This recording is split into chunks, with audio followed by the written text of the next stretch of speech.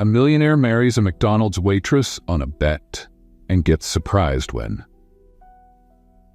Blake Harrison was always the most confident man in the room. As the CEO of one of the largest tech companies in the United States, he accumulated success and wealth like no one else. At 35, his life seemed perfect: luxury mansions, sports cars, and the constant company of people eager to flatter him. For Blake, the world was a game of power and control, a game he always won.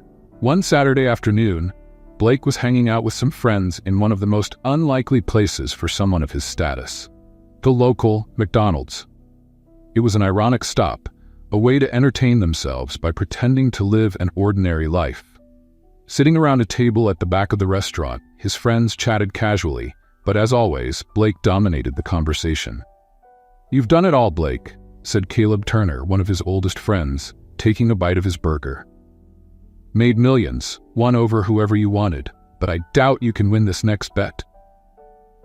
Blake raised an eyebrow, intrigued. "I'm listening." Caleb grinned, clearly having planned his provocation. "I bet you can't marry a woman who has absolutely nothing to do with our world. And I don't mean models or businesswomen. I'm talking about someone really ordinary." Blake frowned as the other friends exchanged amused glances. "What do you mean by ordinary?" "I mean," Caleb said, discreetly pointing at a waitress cleaning a nearby table, "I bet you can't win over and marry someone like her. That single mom, the waitress here at McDonald's. Let's see you bring someone like her into your world." Blake followed Caleb's gaze. The waitress in question was Rachel Miller, a 28-year-old who had worked at McDonald's for a while to support her 5-year-old daughter, Chloe. Rachel was quiet and hardworking, never letting the stress of difficult customers or the exhausting routine of a single mom affect her. To most people in Blake's circle, she would have been invisible. "You want me to marry the waitress?" Blake asked, with disbelief and a hint of amusement in his tone. "Exactly, and I'll give you $2 million if you manage it. No contracts, no schemes.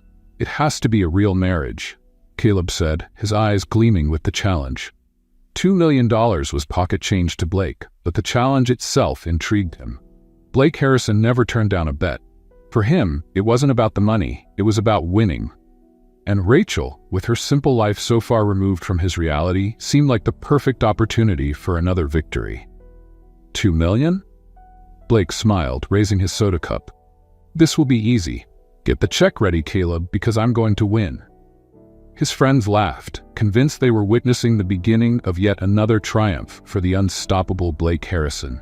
Deep down, Blake felt a new sense of excitement. Rachel would be a different kind of challenge, and he liked challenges. Blake watched Rachel more closely as she cleaned the tables. Her light brown hair was tied in a ponytail, and she wore no noticeable makeup. There was something in her eyes that intrigued him, a mix of wariness and resilience. It was clear she worked hard to keep her life on track. When she approached to clear some empty cups, Blake decided to make his move. "Rachel, right?" She glanced at him briefly, her expression neutral. "Yes. Can I help you with something?" "Call me Blake," he said with a confident smile. "I don't think you've served me before." Rachel blinked, surprised by the remark. "I've worked here for months. You probably didn't notice." He chuckled, shaking his head. "Probably not, but that changes today. How about we grab a coffee sometime?" She raised an eyebrow, clearly skeptical. "Sorry, I'm working." Blake didn't give up, keeping his smile. "Not now, of course, but you must get a day off, right? We could chat a little." Rachel stared at him for a few moments before replying, "I need to get back to work." And with that, she walked away. Blake felt a wave of frustration. She hadn't responded the way he expected, but that only made him want to try harder. Rachel wasn't like the other women he was used to charming with a few words. There was something about her resistance that challenged him, and Blake didn't shy away from challenges. As she returned to collect more empty cups and toss them in the trash, he kept his eyes on her. "I'm persistent, Rachel. You'll find that out. I'll keep asking until you say yes." She gave him a polite smile, unaffected by his charm. "Good luck with that." That response only motivated him more. What had started as a simple bet among friends now felt personal. Blake Harrison always got what he wanted, and he was determined to win Rachel, just like he had won every bet before. As Caleb and the others finished their meals, Blake gave Rachel one last glance before leaving. He knew that the next time he saw her, he would be more direct. If there was one thing he understood, it was that no one resisted his charm for long, and Rachel Miller would be no exception. Blake Harrison had never backed down from a challenge, especially after Caleb had raised the bet to $2 million. This wasn't just about the money. It was about pride. He was set on getting Rachel Miller, the McDonald's waitress, to accept his invitation and eventually marry him. With each passing day, Blake felt more focused on his goal. Deep down, he knew the bet was superficial, but the idea of being turned down bruised his ego. Let's have some fun with those who only read the comments. They won't get it. Type McDonald's in the comments. Only those who've made it this far will understand. On the following Tuesday, Blake returned to McDonald's at the same time. He watched Rachel as she attended to other customers. She was professional, always focused and quick. Something about her seriousness intrigued him. It was probably exactly what made her different from the women he usually met. Rachel seemed strong, capable, and completely uninterested in anything he had to offer. Blake was used to women trying to impress him or earn his attention. But Rachel? She seemed indifferent to it all. When Rachel came to his table to take his order, he intercepted her with a confident smile. "Hey, Rachel. I thought maybe you were expecting to see me again." She raised her eyebrows, not hiding her surprise. "Didn't know you came here so often." "Well, I think I'll start coming more often," he said playfully. "You know, great service and all." Rachel shot him a skeptical look and jotted down his order. But before she could leave, Blake decided to try once more. "So how about that coffee? Just to get to know each other better," he insisted. She studied him for a moment, clearly annoyed by his persistence, but she took a deep breath. "Look, I appreciate it, but I'm really busy. My life doesn't leave room for casual meetups." Blake realized that if he kept using a casual approach, she'd push him away even more. Changing tactics, he lowered his tone and said, "I get that you're busy. I promise I'm not here to make your life harder. I just want to get to know you better." She looked ready to turn him down again, but something in Blake's calm and serious expression made her hesitate. Finally, Rachel let out a small sigh and agreed. "All right, Blake, but it'll be a quick coffee. I don't have time for much more than that." It was progress. And for Blake, that was enough for now. He just needed a small opening to begin his plan, and now he had one. That same afternoon, they met at a nearby cafe. Rachel arrived on time, still in her work uniform and visibly uncomfortable with the situation. Blake, on the other hand, was completely at ease. They sat at a table in the back, away from the other customers, and he watched as she picked up the menu with little interest. "So, Rachel, what's your life like?" "How long have you worked there?" he asked, trying to sound friendly. She shrugged, keeping her tone reserved. "A few years. It's how I support my daughter, Chloe. I work a lot, but it's what I can do for now." Blake nodded, feeling slightly out of his element for the first time. He was used to conversations about investments, galas, and luxury vacations, but realizing that someone lived such a different reality surprised him. For Blake, work was something he commanded from an office. For Rachel, it was her lifeline. "Do you have any free time?" he asked, curious about how she managed everything. She let out a humorless laugh. "Not much, to be honest. When I'm not working, I'm with my daughter. That takes up most of my time." "And you? What's your story, Blake?" He smiled, knowing his answer might feel distant to her. "I'm the CEO of a tech company. I work a lot too, but, well, it's a bit of a different lifestyle." Rachel didn't react the way he expected. She just nodded, as if she had already figured as much. "I thought so. That's why I was surprised by your invitation. People like you don't usually mix with people like me." There was something about her honesty that bothered him. "Why do you say that? Do you think everyone's the same?" Blake asked, unsettled. For the first time, Rachel looked directly into his eyes. "It's not that I think everyone's the same. I just find it hard to understand what a wealthy, successful man could want with someone like me. You could choose anyone from your circle." Blake felt cornered by her question. He couldn't tell her the truth about the bet, so he gave the only answer he could. "Maybe that's exactly what interests me about you, Rachel. You're not part of that world, and that's rare for me." Rachel let out a sigh, clearly uncomfortable. "Look, Blake, I'll be honest. My priority is my daughter. She means everything to me, and I'm here because I think you're being genuine. But I don't have time for games." He nodded, and for a brief moment, he felt something shift within him. As committed as he was to the bet, he couldn't deny that there was something about Rachel that challenged him. She was real, straightforward, and unlike anyone he had ever met. "I understand, Rachel," he said softly. "I promise there are no games here." Rachel studied him once more, then finished her coffee and stood up. "Well, it was a quick coffee, like I said." Blake smiled. "How about we do this again sometime? Maybe a lighter conversation next time?" She looked at him, considering the offer. After a moment, she gave a small nod. "Maybe." As she walked away, Blake stayed behind, watching her disappear through the cafe doors. He had taken the first step, and now his curiosity about her grew with every encounter.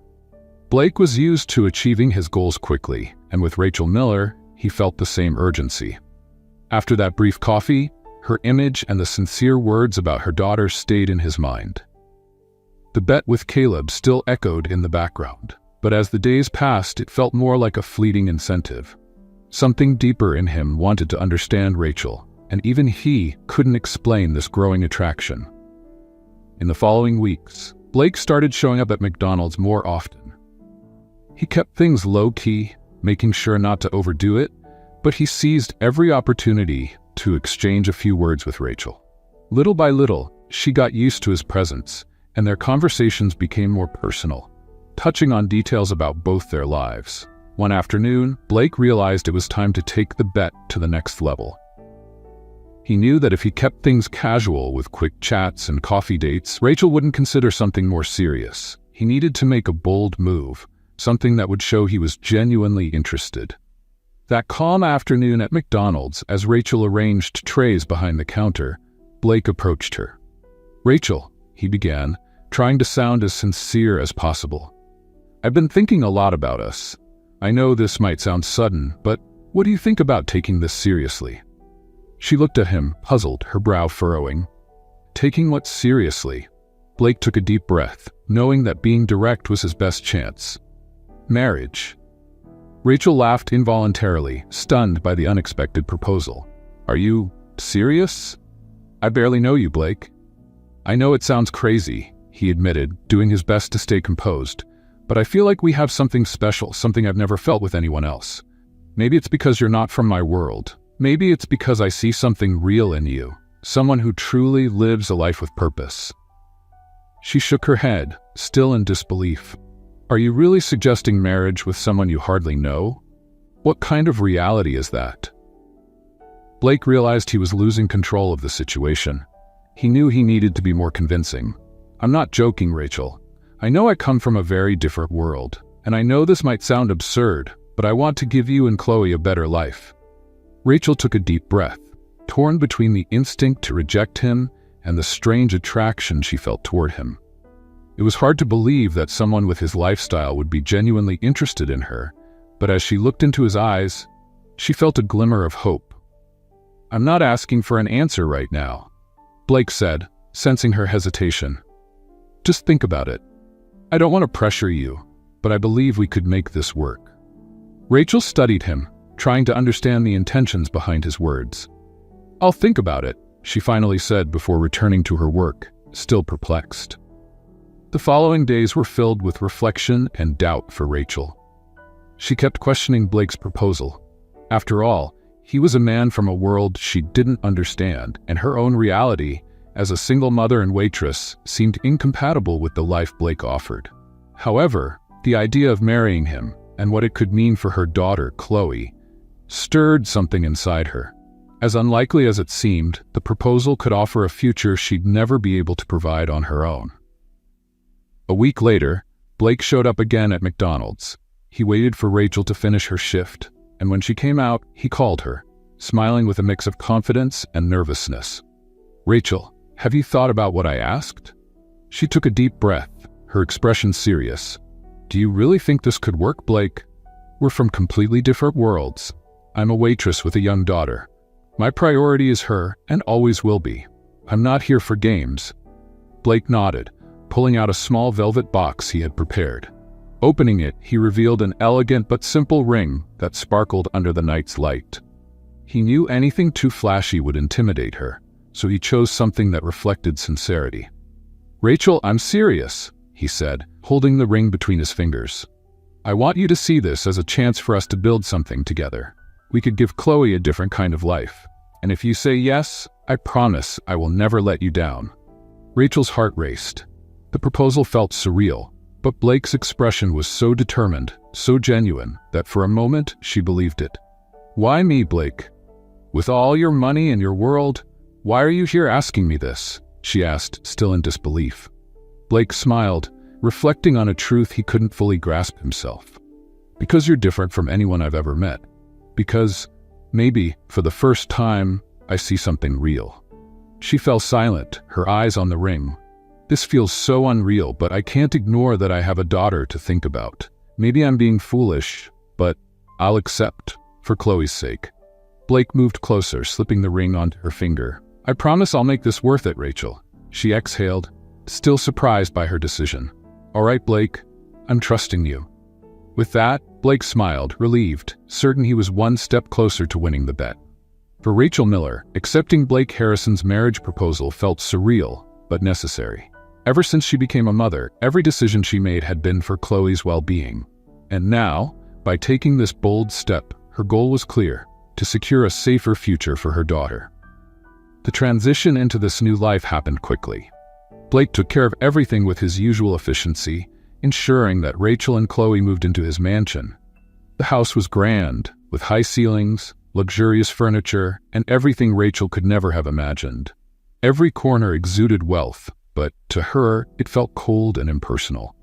Rachel tried to adjust, but the differences between their worlds were glaring. In those first days, she felt like a visitor in a life that wasn't hers. Blake, though considerate, kept a careful distance. He seemed genuinely interested in making her feel at home, but his endless meetings and responsibilities prevented a deeper connection. Their first dinner together at the mansion highlighted these differences. They sat at a long dining table, with Blake at the head, Rachel a few seats away, and Chloe between them. Blake watched Chloe with a mix of curiosity and unease. The little girl looked around, captivated by the silver cutlery and the sparkle of the crystal glasses. "Do you like it here, Chloe?" Blake asked, trying to start a conversation. Chloe nodded shyly. "Yes, it's big, like a princess's house." Rachel smiled at her daughter, trying to keep her grounded. "It sure is, sweetie, but remember, this is just a place for us to live. Our life is still the same." Blake picked up on the caution in Rachel's words and wondered if she felt out of place. He tried to lighten the mood by sharing a childhood story about how he got lost in one of his family's many properties. But despite his efforts, Rachel seemed reserved, as if she was still trying to figure out her role in this new setting.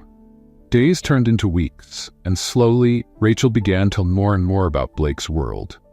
He was a man who lived for his work, surrounded by constant meetings and influential people. Meanwhile, Rachel spent most of her time caring for Chloe, supervising her school activities, and trying to settle into the new home. Blake made an effort to spend time with Rachel and Chloe between his meetings, but his presence often felt distant. He asked about Chloe's routine and tried to participate in family activities, but the disconnect between their lives was obvious. One afternoon, Rachel was helping Chloe with her homework when Blake walked into the living room and watched them for a few moments. There was a simplicity in the relationship between mother and daughter that he had never experienced, a natural and genuine closeness. "Need any help?" he asked, a bit awkwardly. Rachel looked at him, surprised. "You know anything about school homework?" He laughed, shaking his head. "Maybe not, but I can try." Rachel smiled, and for the first time, Blake felt like he had truly connected with her. He sat down next to them, trying to engage in Chloe's activity, and she giggled at his mistakes while answering the questions. That light-hearted moment felt like a small bridge between their very different worlds. But despite the small progress, Rachel remained skeptical of Blake's intentions. She knew their marriage hadn't started in the most conventional way and still felt like something between them was left unsaid. Blake, on the other hand, was beginning to experience an internal shift he hadn't expected. At first, it was all about pride, a bet to prove he could conquer any challenge.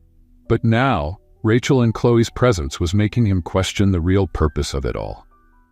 That same night, as Blake was getting ready for bed, he noticed Rachel sitting at the edge of the bed, lost in thought. "What's wrong?" he asked cautiously. She sighed, looking at him. "Blake, I think we need to understand what exactly we're doing here.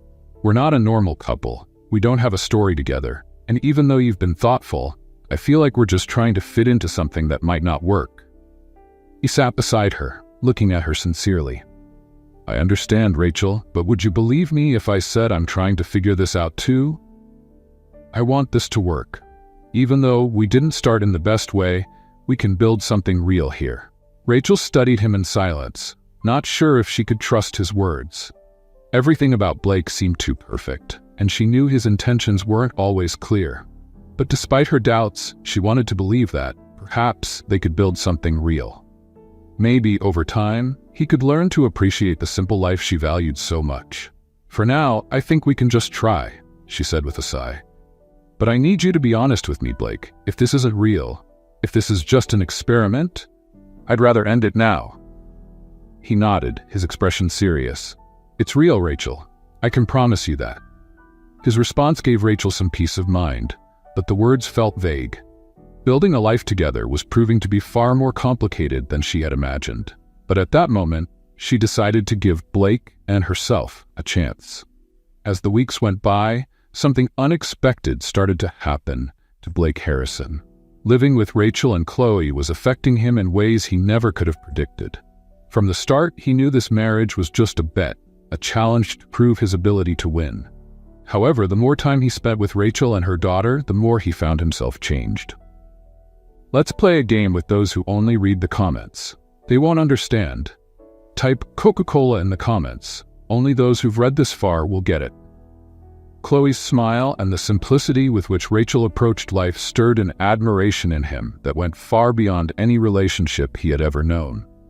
Material achievements, once so important, now seemed empty compared to the authenticity and dedication Rachel showed every day. The way she cared for her daughter and managed everything at home revealed a strength he never found within his social circle.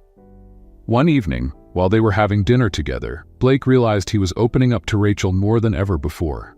He talked about his childhood, the weight of family expectations, and the pressures of being a young CEO. Rachel listened attentively, and he felt like, for the first time, he didn't have to prove anything. He could just be himself.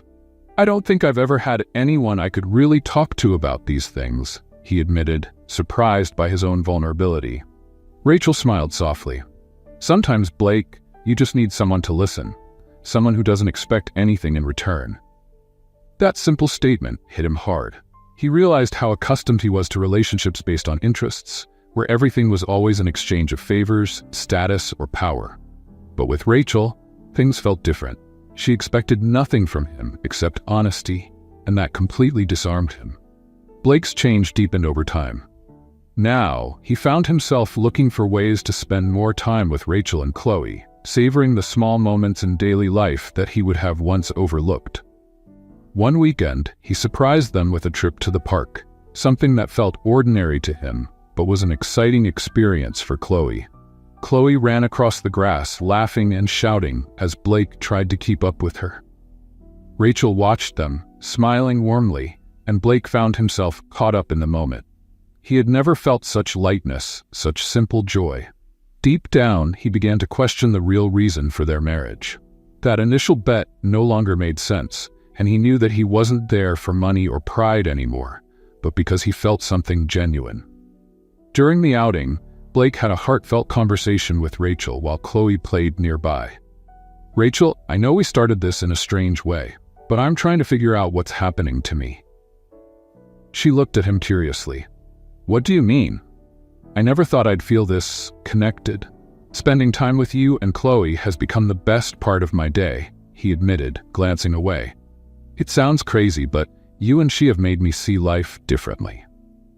Rachel smiled, slightly surprised but still cautious. "I know our beginning was complicated, but I feel like there's something special here too, Blake. But we need to be honest with each other. If this isn't real, I'd rather not continue. Blake took her hand, looking into her eyes. It's real, Rachel. I've never been so sure about anything in my life. As the days turned into months, Blake's transformation became even more visible. He started distancing himself from the friends who had encouraged the bet and even rearranged his work schedule to spend more time at home. Caleb and the others noticed the changes and soon began questioning him about what was going on. One night, over dinner, Caleb confronted him directly. "Blake, what's going on with you? You're pulling away from everyone and changing completely." Blake took a deep breath, tired of his friend's insinuations. I'm realizing what really matters." Caleb laughed, disbelieving. "Is this all because of the bet? I thought it was just a joke." Blake felt irritation rising. "I bet you'd find this funny, but it's not a joke to me anymore. I want things to work with Rachel." Caleb studied him for a moment. "So it's serious then?" "Yes, it's serious. And if you can't understand that, maybe you should focus on your own life," Blake said, ending the conversation. That night marked the end of his friendship with Caleb. Blake knew he could no longer maintain the same friendships, and severing ties with that social circle felt like the final link to the superficial life he once led. Now he understood that he wanted an authentic life with Rachel and Chloe, even if it meant leaving behind the world he had always known. When he got home that evening, Rachel noticed that he seemed troubled. Sitting together in the living room, she listened as he opened up about how lost he felt, distant from everything that had once seemed important to him. "I feel like I'm drifting away from everyone, like everything I used to value is slipping away," he said with a deep sigh. Rachel placed her hand over his. "Maybe you're just finding something more real, Blake. Sometimes we need to get lost to find ourselves." That conversation was the final push Blake needed. For the first time, he was ready to leave everything behind and move forward with Rachel. He knew that with her, he had found not only true love, but also a way of life that fulfilled him in ways he had never imagined. The months spent with Rachel and Chloe brought Blake countless discoveries. The transformation he was undergoing was evident not just in his actions, but in how he saw the world around him. He spent more time at home, focused on simple activities, and avoided the social circles he once thought were essential. But one autumn morning, an unexpected discovery brought everything rushing back, stirring memories Blake had hoped to forget. He was in his home office, reviewing some contracts, when an old document caught his attention. It was a news article about a past acquisition his company had made, a small factory that had been shut down years ago. As he glanced at the date, memories of those events resurfaced. He remembered that, at the time, he had ordered the factory's closure to cut costs and increase profits. To him, it was just a business decision, but for many people, that decision had changed everything. Restless, Blake delved deeper into the aftermath of the factory's closure and discovered that hundreds of employees had lost their jobs. The town where the factory was located had suffered economically, forcing many families to start over from scratch. Back then, he hadn't thought about the people behind the numbers, only about the impact the decision would have on profits. But as he read through the report and saw the affected town, a cold truth struck him. It was Rachel's hometown. With trembling hands, he began to piece the story together and realized that the decision he had made years ago had directly affected her life. That was why Rachel had ended up working at McDonald's, struggling to raise Chloe on her own. Even though it wasn't intentional, he had caused her suffering. The discovery shook Blake deeply. He spent the rest of the day unable to focus on anything else. The thought that he was, in part, responsible for Rachel and Chloe's heart consumed him with guilt and regret. But how could he tell her? How could he admit he had been the cause of so much pain? For days, the revelation tormented him, and the distance between him and Rachel began to grow. She noticed that he seemed distant and preoccupied, but Blake tried to hide his emotional turmoil, afraid of how she might react to the truth. However, he knew he couldn't keep the secret forever. Finally, on a quiet evening, Blake decided it was time to tell Rachel everything. They were sitting in the living room after Chloe had gone to bed, and the atmosphere was calm. He knew it was the right moment. "Rachel," he began, trying to find the right words, I need to talk to you about something important, something from my past." She looked at him, surprised by the serious tone in his voice. "What is it, Blake? Did something happen?" He took a deep breath, and the words started to come out. "Do you remember the factory you used to work at before we met? The one that was shut down?" Rachel nodded, her face clouded with sadness at the memory of that difficult time. "Yes, I remember. It was a really hard time. I was pregnant with Chloe and had to face it all alone." Blake looked away, feeling ashamed. "Rachel, it was me. I was the one who ordered the factory to close." The words hung in the air, and Rachel's expression shifted from confusion to shock.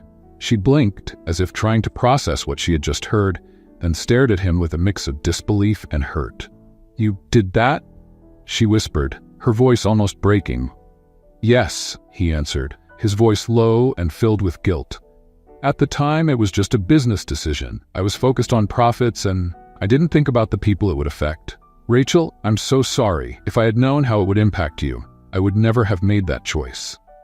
Rachel slowly pulled away, trying to absorb the weight of his confession.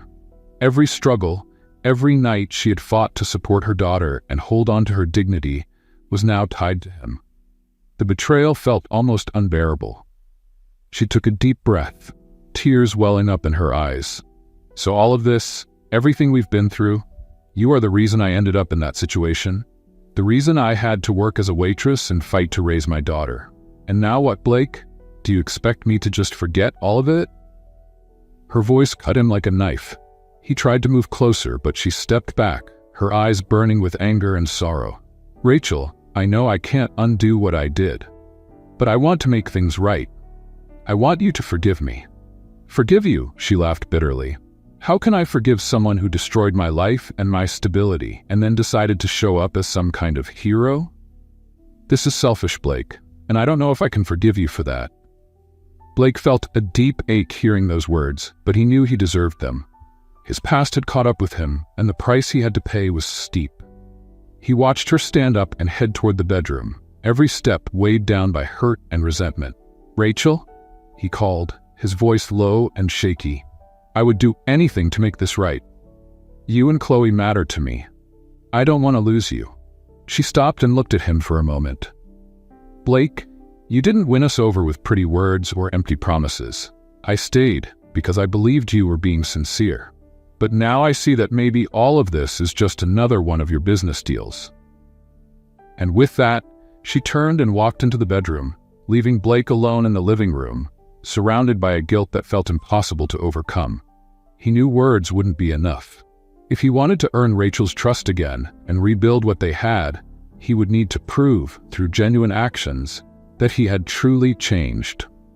After the devastating revelation about the factory closure, the tension between Blake and Rachel became almost unbearable. Rachel could barely look at him, and their conversations, once filled with warmth and laughter, were now marked by silence and hurt. Blake felt lost, weighed down by guilt, every time he saw the disappointment in Rachel's eyes. The next morning, Rachel was still processing the whirlwind of emotions. She tried to hide her pain for Chloe's sake, keeping calm in front of her daughter, but the anger and sense of betrayal lingered. Knowing that Blake was responsible for all the struggles and sacrifices she had endured wasn't something she could easily forget. Now, their entire relationship seemed built on a cruel irony. Life in the mansion carried on, but Blake was visibly shaken. He kept trying to connect with Rachel, but every attempt was met with an invisible wall. Deep down, he knew he had to give her the time she needed, and in the meantime, he promised himself that he would find a way to make things right, not through promises or apologies, but through meaningful actions. A few days later, during dinner, Blake gathered the courage to start a more direct conversation. Sitting at the table, his voice trembling, he began, "Rachel, I know I hurt you, and I understand if you can't forgive me, but would you give me a chance to show that I've changed?" She looked at him coldly, her eyes shining with a mix of pain and indignation. "You want a chance, Blake? You took everything from me, and now you want a chance to prove you're a good person? Don't you think that's just a little too convenient?" He took a deep breath, fighting the urge to despair. "I know you're right to feel hurt, and I deserve your anger. But, Rachel, since we met, I've changed. I want to be better, for you and for Chloe. I'll do whatever it takes to earn your forgiveness." Rachel shook her head, her expression filled with exasperation. "It's too late for that, Blake. I let you into my life and my daughter's life because I believed you were different. But in the end, you're just like everyone else I've ever known." She stood up, leaving him alone at the table, crushed under the weight of guilt and regret. Blake knew that words wouldn't change anything. He needed to do something more, something that would truly show his determination and commitment to making things right. In the following days, Blake made a decision. He began searching for people who, like Rachel, had been affected by the factory's closure. He traveled to the town where the factory had been and spoke with former employees, listening to their stories and the hardships they had faced. It was painful to confront the consequences of his impersonal decisions, but he knew he had to face the reality he had created. After hearing dozens of stories, Blake decided to establish a support fund for the factory's former employees, setting aside a significant portion of his fortune to help their families and create new opportunities for them. He knew this wouldn't fix the past, but it was a first step toward showing that he was genuinely committed to change. When Blake returned home, Rachel was still avoiding him, but he was determined to talk to her. One evening, as Rachel finished putting Chloe to bed, Blake waited for her in the living room. As soon as she entered, Blake called out to her, his voice calm but steady. "Rachel, I know you're hurt, but I need to tell you what I've been doing. I've been trying to make things right." She folded her arms, skeptical. "And how exactly do you plan to fix the past, Blake? With money? That won't undo what you did." "I know it won't," he said, holding his composure. "But I went there. I spoke with the former employees, listened to what they went through, and I'm creating a fund to help them rebuild their lives. I know this doesn't erase what I did, but it's my way of trying to make up for the pain I caused." Rachel watched him in silence, surprised by the sincerity and commitment in his words. Even though the wound was still fresh, she saw a glimpse of genuine remorse in Blake's eyes. As much as she didn't want to admit it, his effort to right the past began to chip away at her anger, leaving behind a quiet uncertainty. That night, as Blake remained in the living room, Rachel returned to the bedroom with a heart torn in two. She couldn't bring herself to forgive him just yet, but she also couldn't ignore the fact that he seemed sincere in his attempt to change. The months they had spent together had revealed a side of Blake that seemed far removed from the man who had shut down the factory. But the weight of the past still stood as a difficult barrier to overcome. The next day, Rachel decided to talk to him again. She found him in his office, focused on some notes. She hesitated for a moment before speaking, but she knew she needed answers. "Blake," she began, catching his attention. "I heard what you said about the support fund. I know you're trying to make things right, but it's still hard for me to understand." He looked at her with a serious expression. "Rachel, I know I may never deserve your forgiveness, but I want you to know I'll do whatever it takes. I'm willing to change my entire life if that's what it takes to build something real between us." She watched him in silence, absorbing every word. Even though the pain hadn't disappeared, she saw a different man standing before her. Maybe the Blake in front of her really was changing. "I don't know if I can forgive you, Blake, but maybe we can see what happens," she said softly.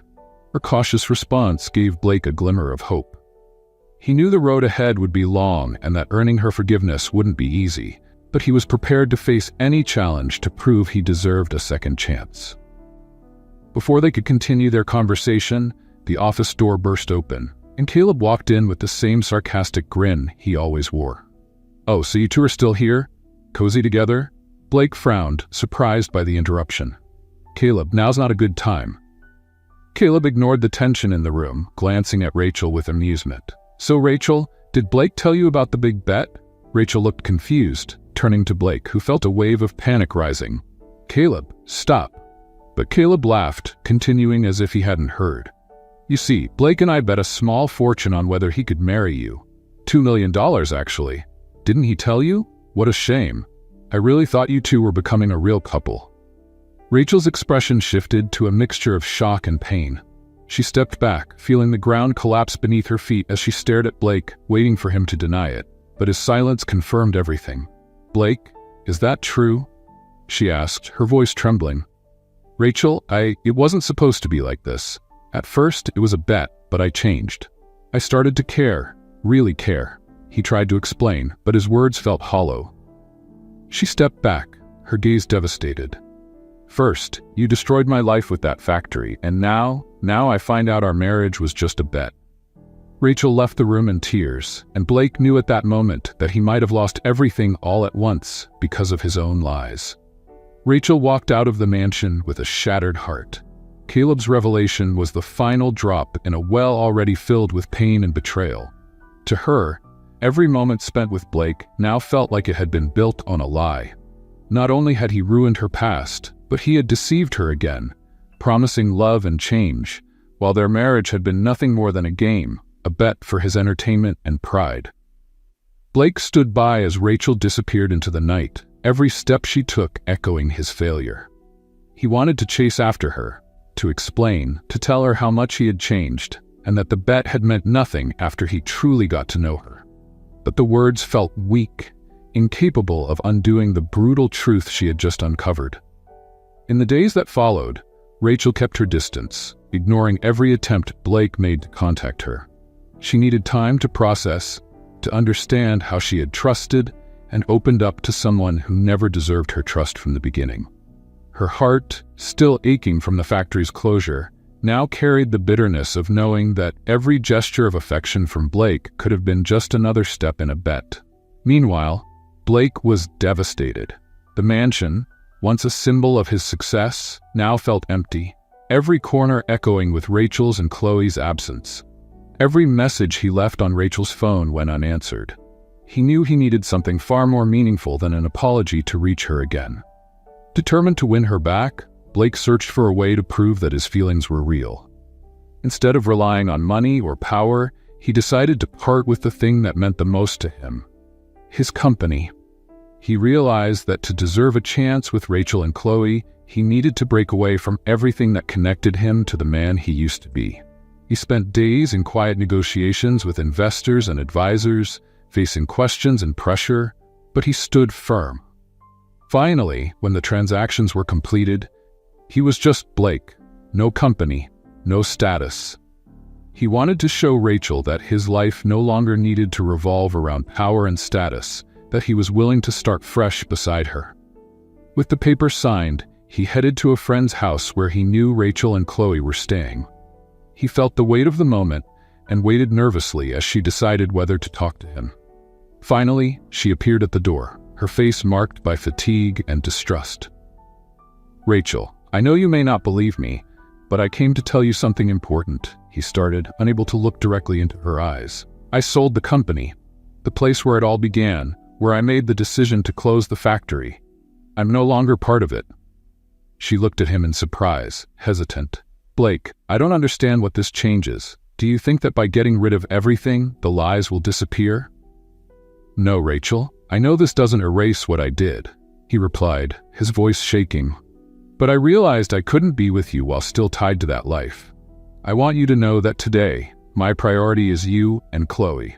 I'm willing to build something real, something clean, even if I have to start from scratch." Rachel listened intently, her eyes filled with doubt and a glimmer of hope. She took a deep breath, her emotions mixed with caution.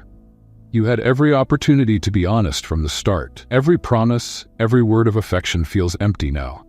Blake nodded, accepting the harsh truth of her words. "I know I may never deserve your forgiveness, but I'm willing to do whatever it takes to regain your trust. Believe me, Rachel, I've changed, and this change is for you, for Chloe, because I understand what really matters." She looked at him in silence, weighing the sincerity on his face. Part of Rachel still loved him, but the betrayal was a heavy burden to bear. She needed time and space to decide if she wanted to open her heart to him again. That night, after their long conversation, Rachel went back inside, while Blake, feeling a mix of relief and fear, returned home. He knew he had done everything he could up to that moment. The decision now rested solely with Rachel and her ability to forgive. In the following days, Blake kept his distance but continued to send occasional messages to Rachel, always careful and respectful of the space she had requested. He didn't pressure her. Instead, he decided that while he waited, he would rebuild his life with the values she had taught him: simplicity, empathy, and honesty. Finally, after weeks of reflection, Rachel reached out to him. She agreed to meet for one last conversation. Sitting together, she looked at him and said calmly, "I won't pretend that what you did didn't hurt me. I know you're trying, Blake, and I see that you've changed. But for me, rebuilding that trust will be a long and difficult process." "I accept that," he replied, his voice steady. "I'm willing to wait as long as it takes, because for the first time, I feel like I've found something real, and I won't give up on it." Rachel nodded, tears threatening to fall. Despite all the difficulties, she decided to give the man Blake was trying to become a chance, not for what he had, but for who he was now, finally showing he could change. Rachel felt torn between the love she had developed for Blake and the weight of the wounds he had caused. She had decided to give him a chance, but she knew it wouldn't be easy to rebuild trust. Since their last conversation, Blake had shown patience and sincerity, but Rachel understood she would need more than gestures to believe again. Every step would be slow, and any mistake could undo their progress. Blake understood that he couldn't rush the process. He kept in frequent contact, took care of Rachel and Chloe's small needs, and showed genuine concern for both of them. Rachel noticed he was truly trying, but doubts about the bet and the lies still haunted her. Deep down, she feared that everything was temporary, just another promise Blake wouldn't be able to keep. A few weeks later, Blake invited Rachel and Chloe for a trip to a park he had discovered near the city. He planned a simple picnic with food he prepared himself, something he knew Rachel would appreciate. When they arrived, Rachel was surprised by the simplicity of the moment, so different from the extravagant style she had known in Blake. Seeing this more human side of him brought a new perspective, and for a brief moment she felt light, almost forgetting the scars. As Chloe ran and played with a ball, Blake and Rachel sat on a bench, watching her. "Thank you for coming," he said, breaking the silence. "I know you're being patient with me." She smiled lightly, still cautious. "I'm just trying to understand what's really changed, Blake, but I have to admit, since you got rid of the company, I've seen a side of you I didn't know before." Blake nodded, his eyes fixed on Chloe as she played. "I realized that world, with all the wealth and power games, didn't bring me happiness. You and Chloe, you brought something real into my life. I've understood that I need much less to be happy." Rachel listened, and little by little, she felt the weight of her hurts lighten. The authenticity in Blake's words was clear, and she started to believe that maybe, just maybe, he was telling the truth this time. During the outing, Blake suggested a simple guessing game to make Chloe laugh, and as Rachel watched their interaction, she saw how genuine he was with the girl. Chloe was beaming, and with every smile from her daughter, Rachel felt something inside her soften. It was as if the Blake she had known at the beginning, the arrogant, self-centered man, was fading away, making room for someone much more human. By the end of the day, when they were ready to head home, Chloe fell asleep in the back seat of the car. Blake, driving calmly, looked at Rachel and said, "I know this was just one day, and it doesn't erase anything I've done, but I hope this can be the start of something new between us."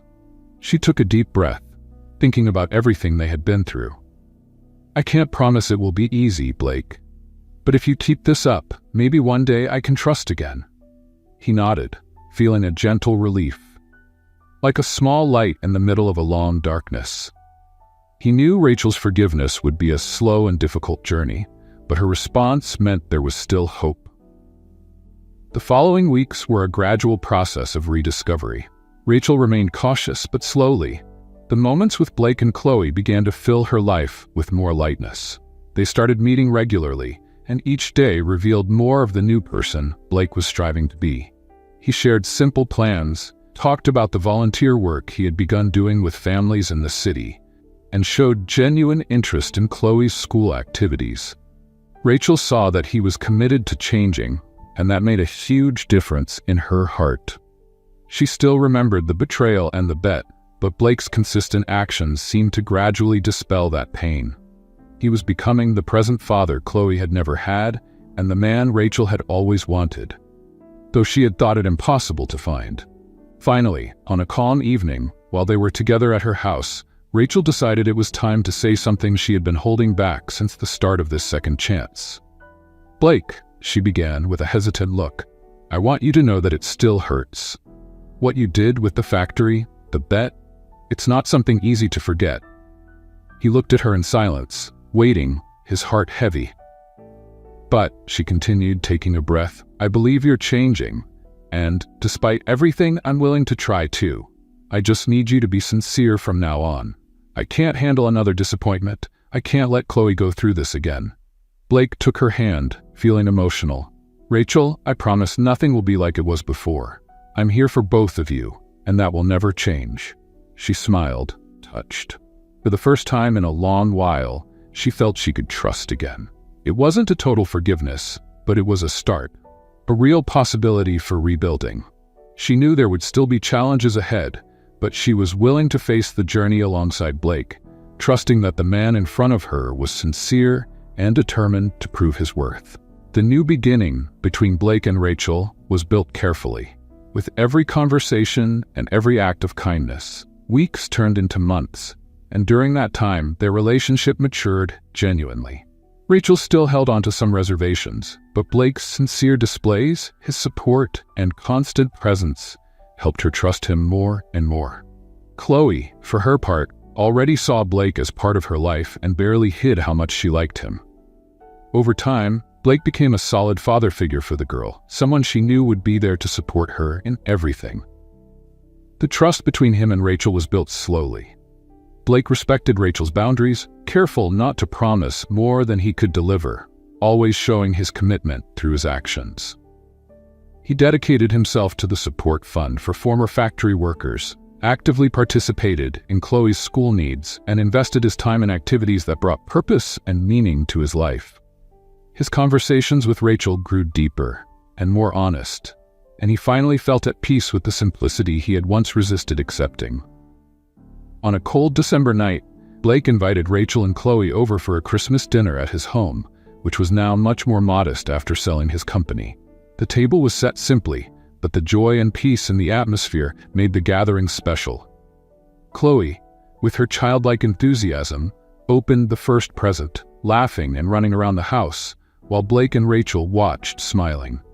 Rachel looked at Blake, the warmth of the moment lighting up his face. "These months have been good, Blake. I think we've built something real, something I never thought could exist." He smiled, taking her hand across the table. "Rachel, I've never been this happy. Everything I thought I needed has been replaced by this.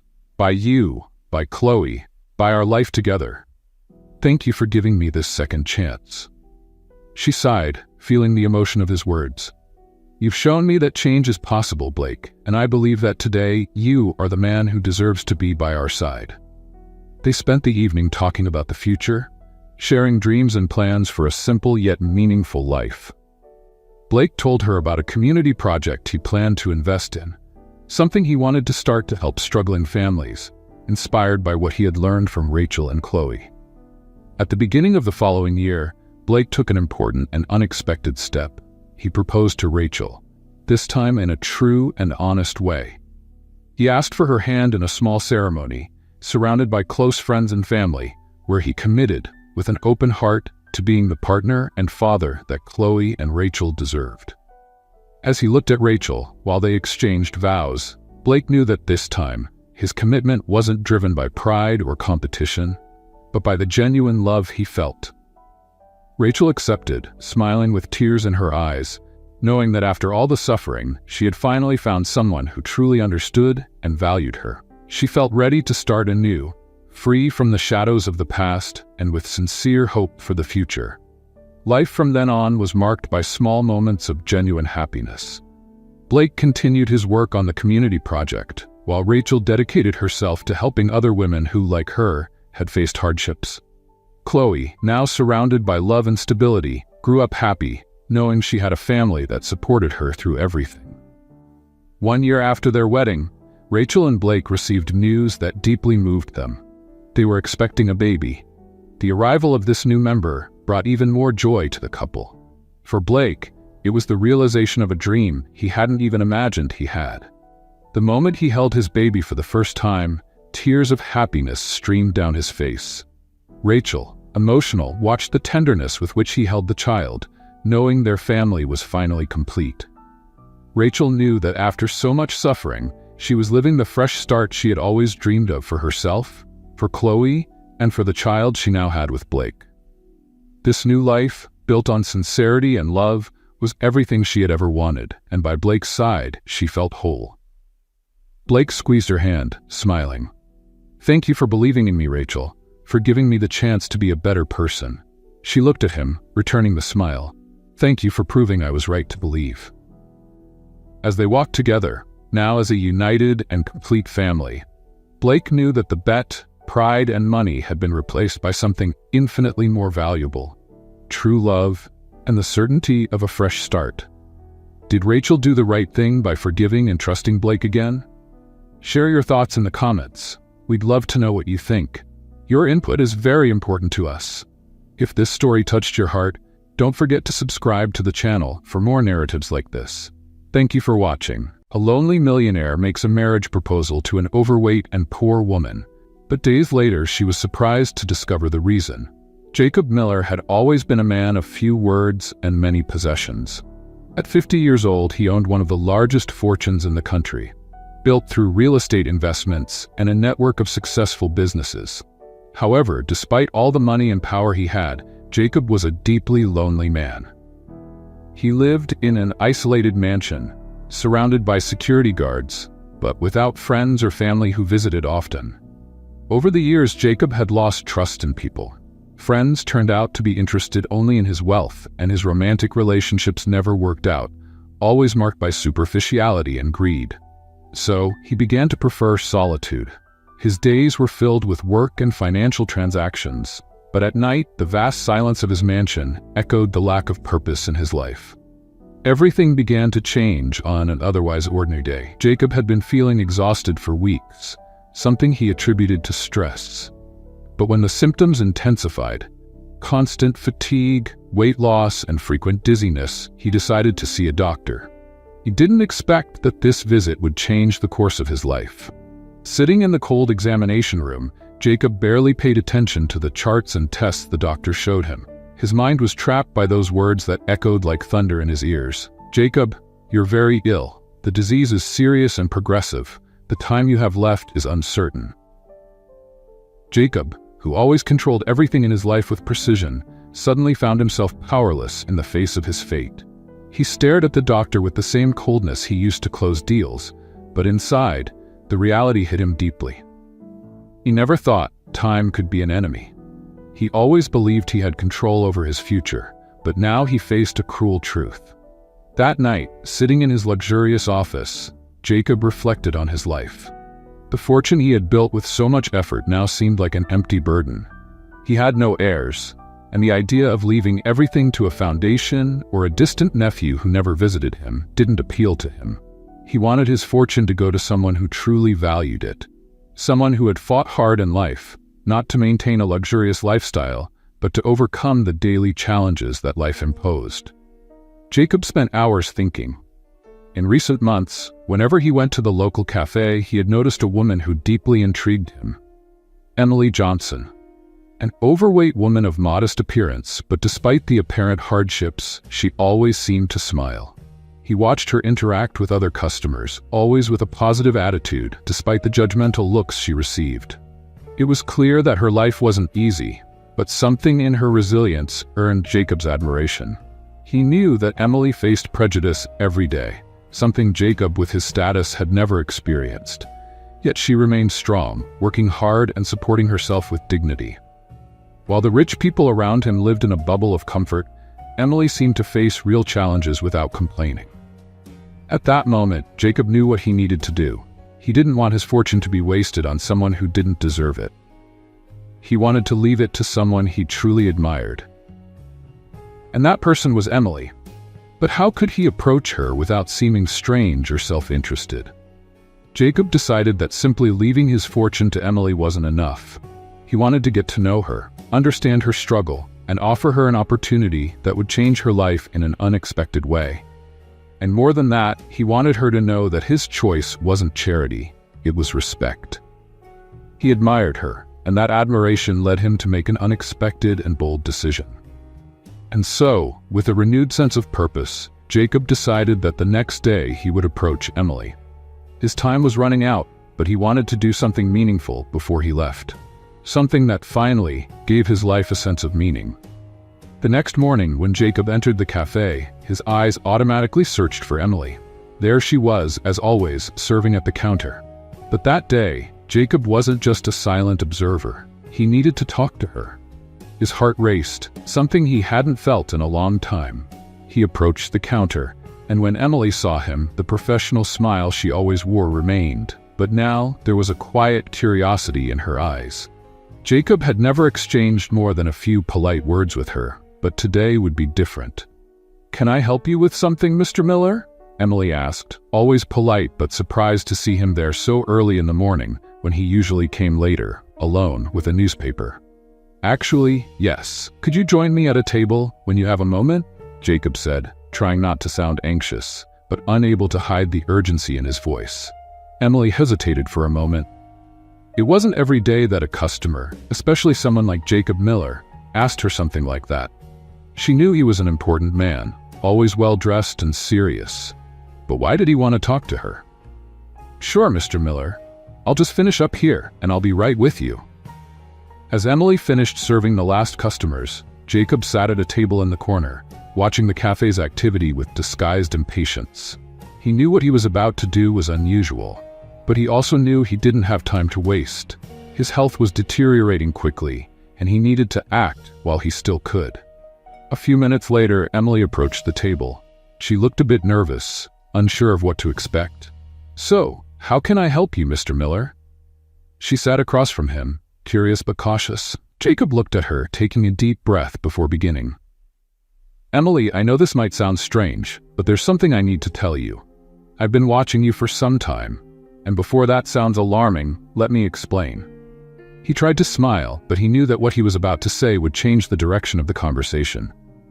Emily raised her eyebrows, surprised but remained polite. "Watching me? What do you mean?" Jacob straightened in his chair, his hands trembling slightly. "I admire your strength, Emily. I see how you handle what life throws at you. The way you face prejudice, financial struggles, and yet you keep your dignity and kindness. That's something I rarely see, especially in the world I've lived in for so long, and that's why I wanted to speak with you today." Emily, surprised and slightly uncomfortable, just nodded, not sure what to say. No one had ever spoken to her like that before. I don't know what to say. No one really notices those things." "I notice," Jacob said quickly, "and that's why I'm here.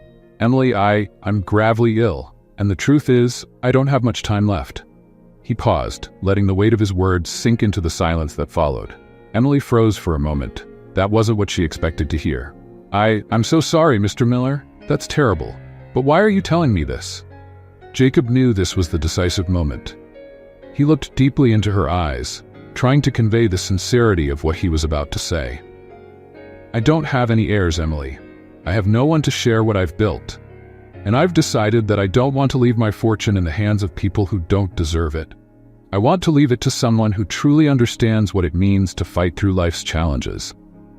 And Emily, I want that person to be you." Emily blinked, shocked. This didn't make sense. How could he want to leave everything to her? "I'm sorry, Mr. Miller, but I don't understand. Why me? There are so many people who could." Jacob gently interrupted. "Because you're different, Emily. You don't give up. I've watched you, and I see how you face life head-on, without complaining, without letting others' judgments bring you down. You're the person I know would do something meaningful with what I leave behind." Emily shook her head, trying to process everything. "But this is crazy. I'm not anyone important. I just do what I need to survive. I'm not like you. I'm not a millionaire. I wouldn't know how to handle something like this." Jacob smiled softly, his tone becoming gentle. "That's exactly why I chose you. You know the value of things, Emily, and that's what matters." Emily stayed silent, the weight of his words falling on her like a storm. Could this be real? How could such an offer come out of nowhere? And why her? But one thing was clear. Jacob Miller was serious. And now, Emily's life was about to change in a way she could never have imagined. Jacob slowly stood up, feeling the fatigue in his body, but relieved that he had said what needed to be said. "You don't need to decide now. Just think about it. I'll be here, waiting for your answer." Emily watched him leave the cafe, still stunned, not knowing how to react. What had he just proposed? This couldn't be real, could it? She knew she needed time to process everything, but one thing was certain, nothing would be the same. Jacob left the cafe feeling strangely relieved, though his mind was full of uncertainties. As he crossed the busy streets of the city, he reflected on how the conversation with Emily had gone. The fear of sounding absurd or overly charitable still lingered in his thoughts, but something inside him told him he had made the right choice. He had finally taken the first step to do something meaningful before time ran out. Back at his mansion, the usual loneliness surrounded him. But this time, he didn't feel the same emptiness. Instead, his mind was occupied, thinking about Emily and what she might be pondering now. He knew her decision wouldn't be easy. She was probably feeling confused, and who wouldn't be? The proposal he made was as unusual as it was bold, and even he, who was used to making risky decisions, knew he had risked everything by approaching a stranger with such a peculiar request. In the days that followed, Jacob stayed away from the cafe. He thought it would be better to give Emily some space and time to process what had happened. But he couldn't stop wondering how she was feeling. He knew she was a strong woman, but even the most resilient people needed time to deal with big changes. Emily, on the other hand, couldn't get Jacob out of her mind. His proposal seemed to have turned her life upside down. Not just because of what he offered, a fortune she had never dreamed of, but because of how he saw her. For Emily, being admired by someone like Jacob was something she had never experienced before. He saw more in her than just her physical appearance or financial circumstances. He saw her strength, her struggles, and that touched her deeply. At the same time, fear consumed her. What if it was just another trap from life? Life had already been so hard on her. The idea of trusting someone and then being hurt or disappointed again made her hesitate. Emily knew she needed to talk to someone about it, but who? She didn't have many friends, and her mother, who was now very sick, was the only person she usually confided in. That night, after finishing her shift at the cafe, Emily went to visit her mother in the hospital. The debilitating illness that had taken over her mother's body was a constant reminder of their financial struggles. The medical bills were overwhelming, and Emily fought every month to pay them, sacrificing her own comfort and well-being. As she sat by her mother's bedside, watching her tired face, Emily found herself reflecting on what Jacob had offered. Her mother's weak voice interrupted her thoughts. "Emily, dear, you're so quiet today. What's going on?" Emily hesitated for a moment. She didn't want to worry her mother, but at the same time, she needed to share what was happening. "Mom, something strange happened this week. A man, he made me an offer I never imagined. He said he's seriously ill and wants to leave his entire fortune to me." Emily's mother looked at her with wide eyes, shocked. What do you mean, dear? Who is this man?" Emily took a deep breath and explained about Jacob Miller, the millionaire she served at the cafe, and how he had approached her with this unexpected proposal. After she finished telling the story, her mother remained silent for a moment, trying to absorb what she had just heard. He wants to leave everything to you?" Her mother's voice was incredulous. "That's unbelievable, Emily. Have you thought about what this could mean for your life? For our life?" Emily nodded slowly. "Yes, Mom. It could solve so many of our problems. I could pay all your medical bills. I could finally breathe. But what if it's not real? What if I accept and then find out it was just another disappointment?" Her mother squeezed her hand tightly. "Emily, you've always been a strong woman. If this man is being sincere, maybe this is your chance to finally have the life you deserve. You've always fought so hard. Maybe it's time to accept something that could help you. But in the end, the decision is yours. Only you can know what's best for you." Those words echoed in Emily's mind. She knew her mother was right. Her life had always been a struggle, and maybe it was time to accept help from someone, but the fear was still there, haunting her. After that conversation with her mother, Emily spent the next few days pondering Jacob's offer. She wondered what he saw in her. Why had he chosen her, out of so many others? The thought of being seen as someone worthy of something so grand scared her, but it also touched her. Later that week, she made her decision. She needed to face Jacob and learn more. She couldn't just ignore what was happening, and she knew that, despite her fear, his proposal could be the opportunity she had always wanted. A chance to change her life and her mother's life forever. That weekend, she decided to return to the cafe where she always saw Jacob. Her heart was racing as she waited for him. When Jacob walked into the cafe, she stood up and went straight to him. "Jacob, we need to talk," Emily said firmly. Jacob, both surprised and relieved, nodded. "Of course, Emily, let's sit down." Once they were seated, Emily began. "I've thought a lot about what you said, and I still can't believe someone like you would choose me for something like this. But I need to understand more. Why me? Why not leave your money to a charity or someone closer to you?" Jacob looked at her with a sincerity that caught her off guard. "Because I see something in you that I've never seen in anyone else. You're strong, Emily. You fight every day, yet you don't let it break you. I have no family, no heirs, and I don't want my fortune to go to someone who doesn't understand what it means to face real challenges. I know this may sound strange, but you've given me a reason to believe that my life and my money can have a real purpose. That's why I chose you." Jacob's words hit Emily like a wave of emotions. She didn't know whether to cry or to thank him. What she did know at that moment was that Jacob was being sincere. And for the first time in a long while, Emily felt truly seen, not for her appearance or financial situation, but for who she really was. A strong and resilient woman. The following days were a whirlwind of thoughts for Emily. Jacob's proposal lingered in her mind, and the idea that her life could change so drastically both haunted and intrigued her. Every step at work felt heavier. Every look from the cafe's customers reminded her of the millionaire who had unexpectedly offered her a new reality. But there was one thing Emily needed to make clear. She wasn't willing to be turned into something she wasn't. On the afternoon, she decided to meet Jacob to give him her answer. Emily knew her life stood at a crossroads. She could feel the weight of the decision before her. It wasn't just about accepting financial help. It was a matter of identity. And as tempting as the offer was, Emily knew she had to stand firm. Jacob was already waiting for her at the cafe. He appeared calm, but his eyes showed he was anxious to hear what she had to say. As Emily walked in and approached him, his slight smile disappeared, replaced by a focused expression. He knew her answer could change everything. Emily sat down, looking directly at him. The formalities that had marked their previous conversations had no place here. It was time to speak frankly. Jacob broke the silence first. "I imagine you've given this a lot of thought," he began, his voice lower and more hesitant than usual. "Yes," Emily replied, resolute. "And that's exactly why I'm here. I won't deny it. The proposal you made could change my life. But I want you to know that if I accept, it will be on my terms."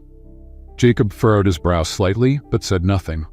He watched her intently, waiting to understand what she really meant. "I've spent my whole life fighting for what's mine, Jacob," Emily continued. "Accepting help has never been easy for me, and now wouldn't be the time for me to accept something that would make me lose the only thing I still have, my freedom. If I'm part of this, I need to know that I'll still be who I am." Jacob listened closely to every word. He had expected that Emily wouldn't simply accept the offer without conditions. He knew she was strong and had principles.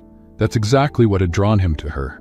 He didn't see Emily as someone in need of charity, and it was important that she understood that. "I understand," Jacob replied calmly. "I want you to know that what I'm proposing isn't about shaping your life or changing who you are. If change happens, it will be by your choice, not because I impose it.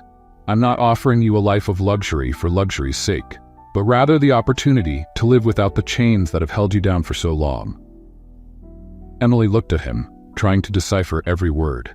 There was sincerity in what he said, but she still felt the need to protect herself. Accepting this deal would mean leaving behind everything she knew, and that scared her deeply. You can't expect me to just accept your proposal without question, Jacob. I'm not the kind of person who changes their life for money. If I accept, I'll do it on the condition that I keep my independence, continue my work, and maintain my dignity. I'm not a charity case. Jacob leaned forward slightly, his expression firm. Emily, I never intended to turn you into something you're not. I chose you because I admire the way you face life's challenges. What I'm offering is a way for you to break free from those hardships, not to redefine you, but to give you the chance to continue being who you are, with more opportunities. Emily listened carefully to Jacob's words and finally realized that he wasn't placing her in a position of inferiority. On the contrary, he was offering her a partnership, an opportunity for both of them to find something that had been missing in their lives. She knew that the money would solve many of her problems, but more than that, she felt that this offer could be a way for her to grow without giving up who she was. If that's the case, Emily said after a pause, then I accept. But I want you to understand that, even with this new reality, I will continue being the woman I am. And I will keep working because that's part of who I am. Jacob smiled softly, this time with more confidence. That's exactly what I expect from you, Emily. Emily felt a mix of relief and excitement. She knew the road ahead would be filled with challenges, but for the first time in a long while, she could see the possibility of a different future. And although there was still some fear in her heart, she knew she had made the right choice. Jacob extended his hand, and Emily shook it, sealing the agreement that would change their lives forever. Emily and Jacob's wedding happened in a way few would have imagined. Without opulence, without guests, and without the usual expectations that surround grand events. It was an extremely simple ceremony, with no public records and no grand celebrations. Only 3 people knew of that moment: Emily, Jacob, and her mother. Privacy was essential, and Jacob wanted the commitment to be about them, not what the world expected. That morning, Jacob's mansion garden was quietly prepared. The sky was clear, and a gentle breeze rustled the leaves of the trees, as if nature itself was giving its silent blessing to the couple. Emily wore a simple white dress with no embellishments. Her hair was loose, blowing in the wind, and her heart raced. She had never imagined her life would take this turn, much less that she would marry under such unusual circumstances. Jacob, on the other hand, stood beside a small table in the center of the garden.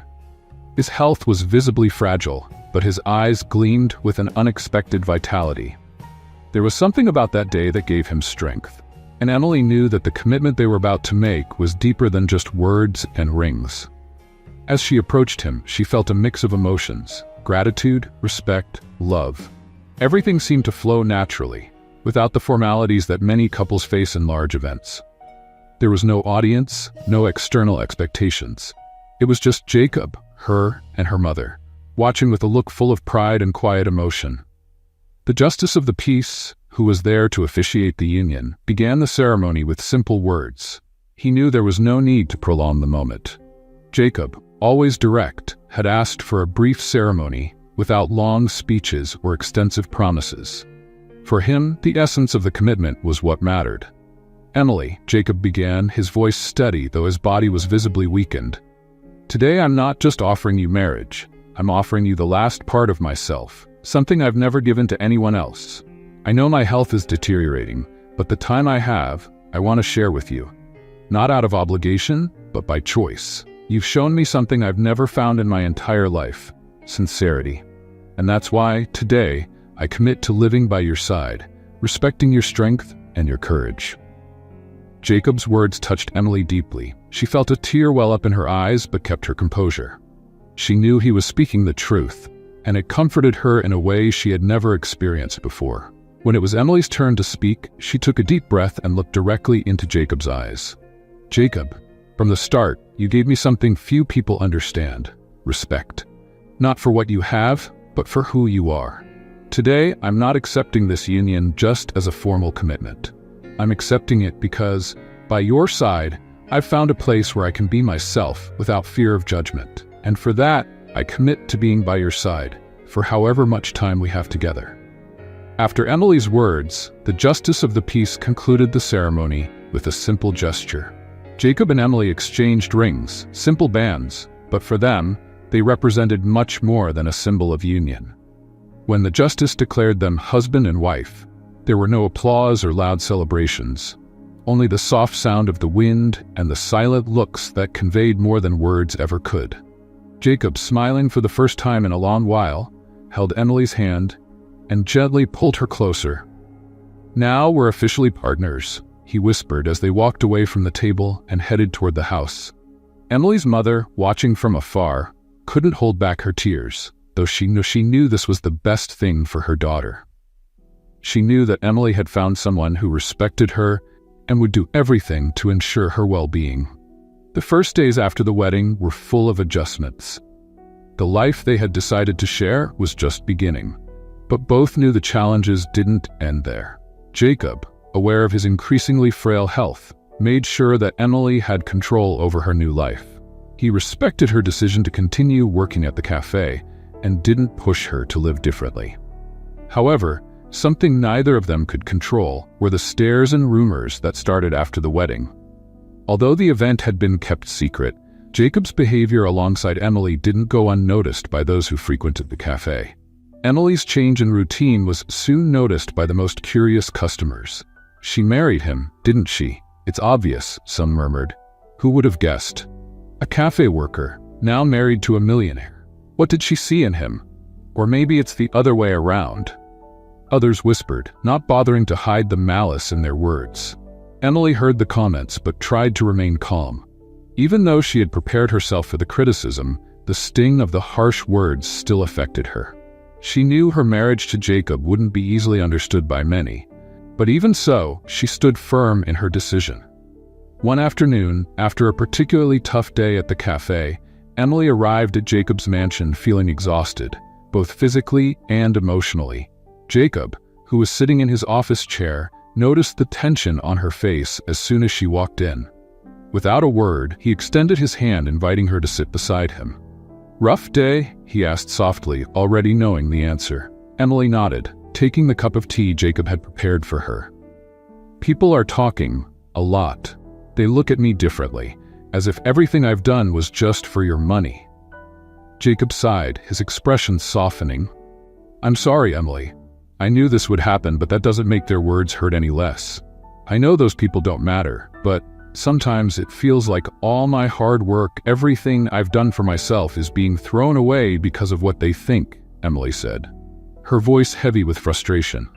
Jacob held her hand tightly, his voice more firm now. "You know that's not true. I know who you are, and the people who matter know it too. The rest is just noise. Don't let it make you doubt who you are or what we're building." With those words, Emily found some relief. She knew that walking this path with Jacob would be full of challenges, but she was willing to face each one. And in that moment, she understood that, despite all the difficulties, she had found something rare, a partnership built on respect, trust, and truth. For Emily, the marriage represented much more than her union with Jacob.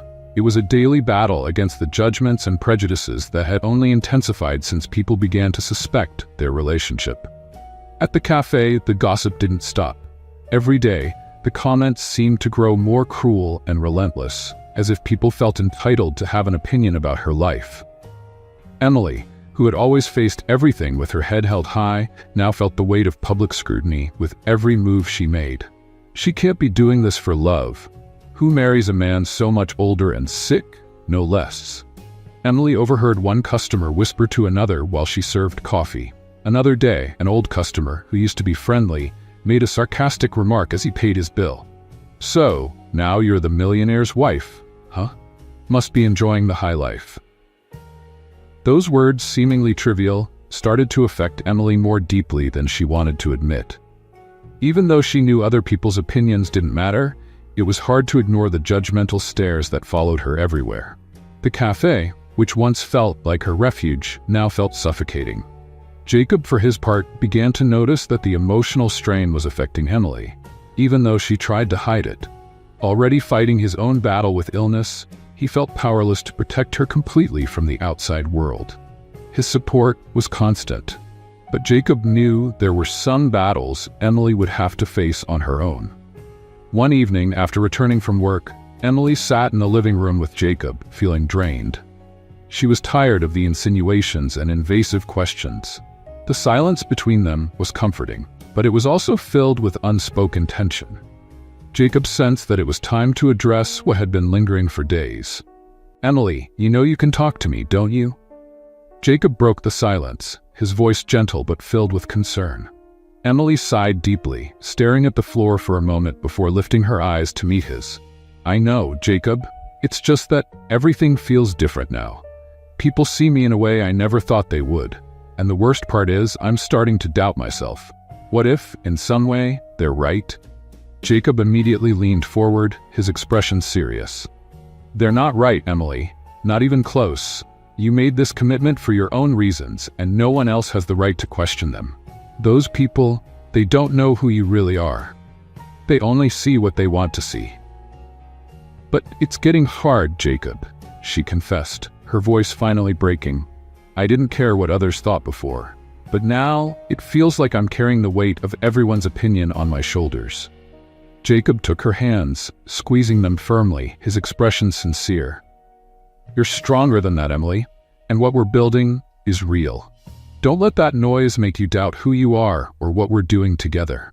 I see your struggle, and I admire you for it." Jacob's words provided some comfort, but Emily knew that, deep down, what troubled her most wasn't just what others were saying, but the doubts she was beginning to feel herself. She knew that marrying Jacob would put her in a difficult position, but she hadn't expected it to make her question her own identity. That same night, while Jacob rested, Emily walked through the mansion's garden, trying to find some relief in the fresh night air. The sky was filled with stars, and the silence around her felt like a welcome pause after such tumultuous days. She reflected on everything that had happened since the wedding. As much as she wanted to believe that the criticism and cruel looks didn't matter, they were slowly eating away at her from within. Emily felt an increasing pressure. The responsibility to meet Jacob's expectations, to face society's judgment, and at the same time to not lose her own essence. She knew that Jacob trusted her, that he saw her as a true partner, and that motivated her to keep fighting. But deep down, she questioned if she could withstand the rising tide of prejudice and challenges that seemed to grow each day. Yet, despite her doubts, something inside Emily remained steady. She knew that with Jacob, she had found a rare connection, something that transcended their circumstances and the limited time they had together. It was this certainty that kept her grounded, despite all the obstacles. The days that followed were a mix of highs and lows. Every day, Emily tried to find her balance between working at the cafe and her life with Jacob. The criticisms continued, but she forced herself to ignore them. Jacob, on the other hand, began facing new health complications, something he tried to hide from Emily as much as possible. He knew his time was running out, and the thought of leaving Emily alone consumed him more and more.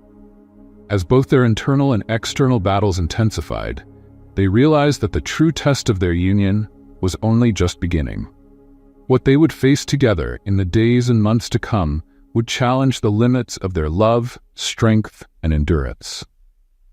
But amidst all of this, one certainty grew. No matter how difficult the circumstances, Emily and Jacob were determined to make every moment they had left together count. And in the end, that was all that really mattered. As the days passed, Jacob's health began to deteriorate more noticeably. The vigor he once showed in trying to maintain a normal life was fading quickly. Emily, who had mentally prepared herself for this reality from the start, began to realize that the time they had together would be shorter than she had imagined. Despite this, she remained composed, determined to support Jacob in the best way she could. The mansion, once quiet and serene, now saw more frequent visits from doctors. Jacob, though proud, knew his strength was slipping away, but he never let on just how serious his condition had become. He wanted the remaining days to be about peace and connection, not the illness that was slowly consuming him. One morning, Jacob woke up in intense pain, forcing him to stay in bed longer than usual. Emily, who was by his side, immediately sensed that this would be a harder day than the ones before. Sitting on the edge of the bed, she held his hand gently, as if trying to transmit some strength through her touch. "You look tired," she said softly, her eyes searching for some reassurance to ease her worries. Jacob smiled faintly. "I think my body is finally giving me the warning I've been ignoring for a long time." Emily leaned in, her heart heavy. "You don't have to fight alone anymore, Jacob. I'm here, and I'll be with you until the end." Emily's words sounded like a silent promise. She knew the days ahead would test not only him, but also herself, as she would need to be the rock that held everything together. It was a challenge she had never expected to face, but somehow she felt ready for it.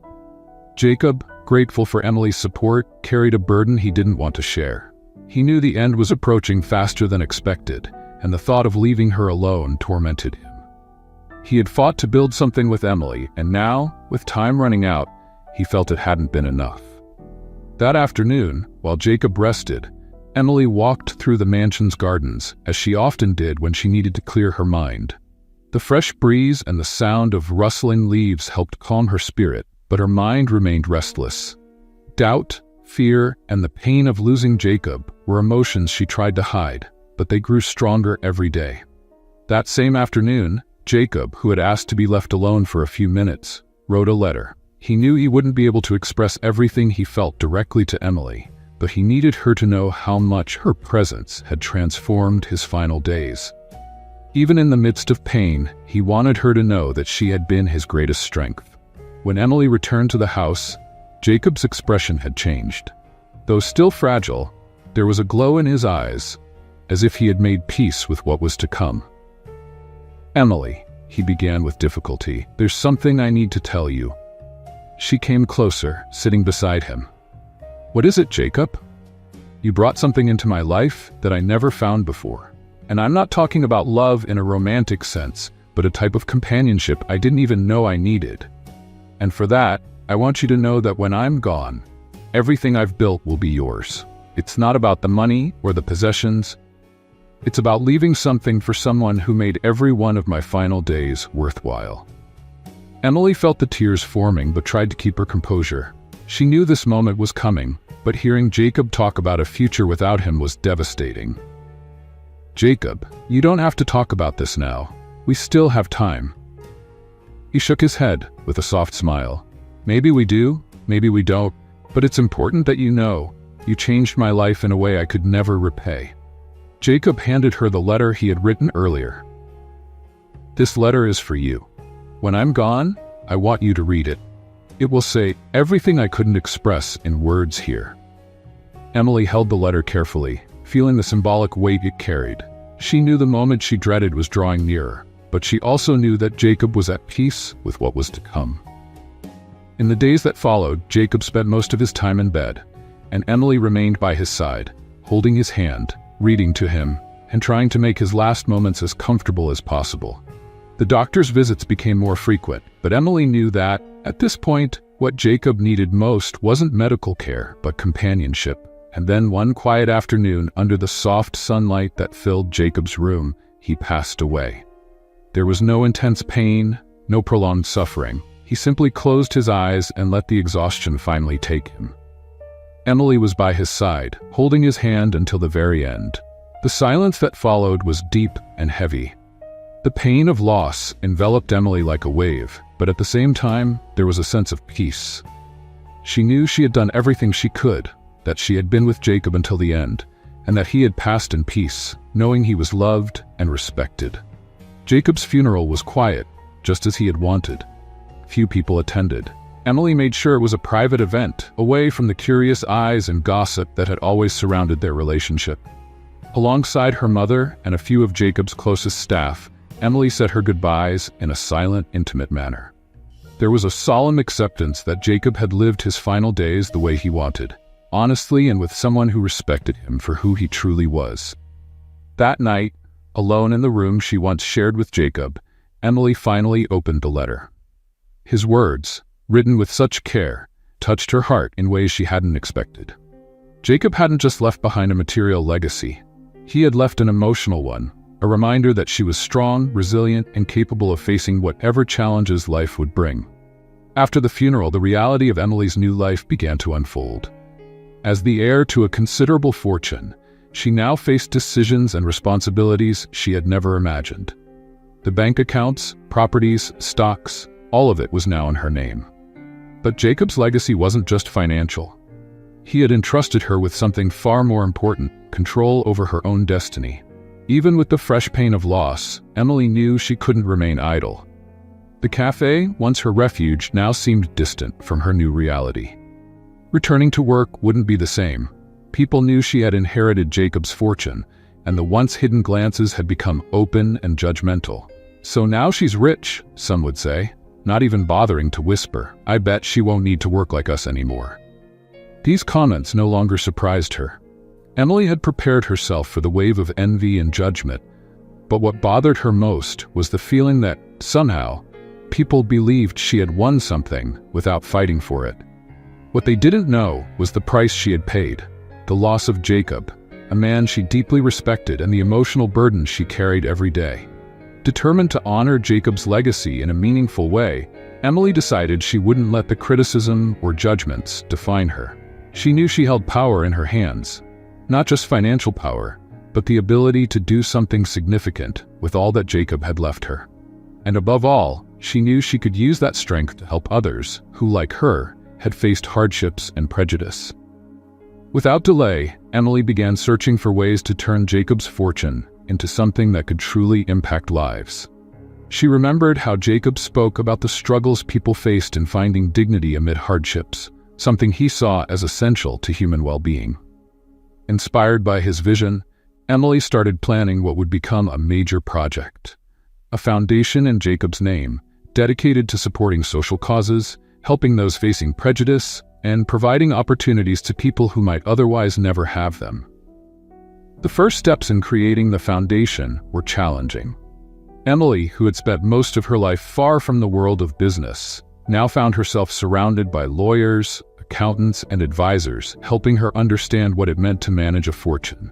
However, each meeting, each decision, brought with it memories of Jacob and the desire to do something he would be proud to see. Over the weeks, the Jacob Miller Foundation began to take shape. The goal was clear: to offer scholarships, fund small entrepreneurs, and create programs to empower people from humble backgrounds.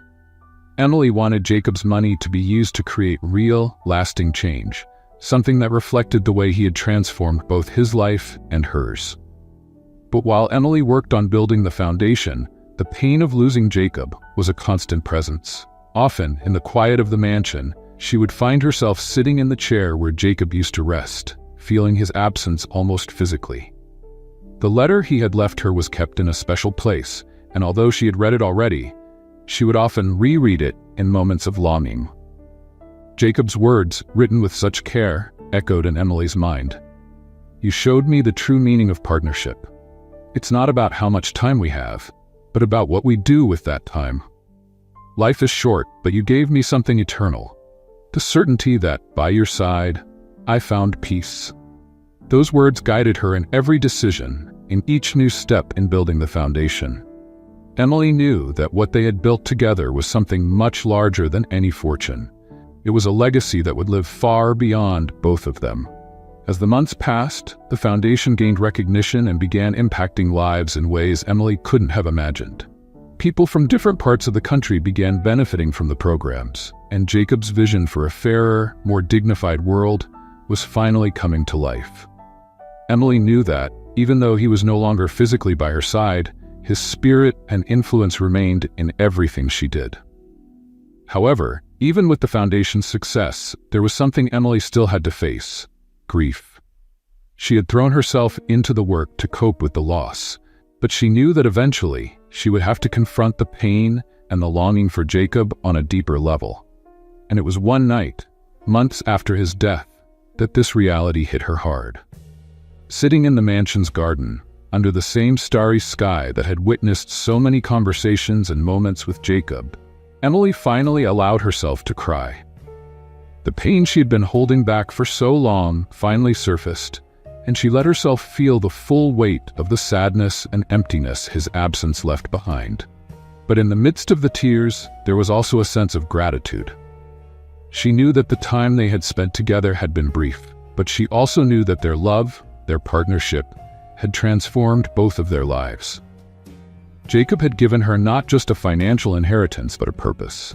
And because of that, Emily knew that, no matter how difficult it was to move forward, she would continue to honor his memory in everything she did.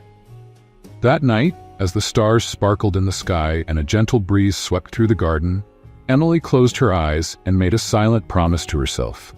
She would keep living, keep fighting, and make every moment count, because that's what Jacob would have wanted. As much as she tried to focus on the foundation, Emily knew she needed something more. Something that would help her turn the page and live for herself, not just for Jacob's legacy. But before she could move forward, she would have to face her grief head-on. One evening, while going through some of Jacob's belongings, she found an old key in an envelope.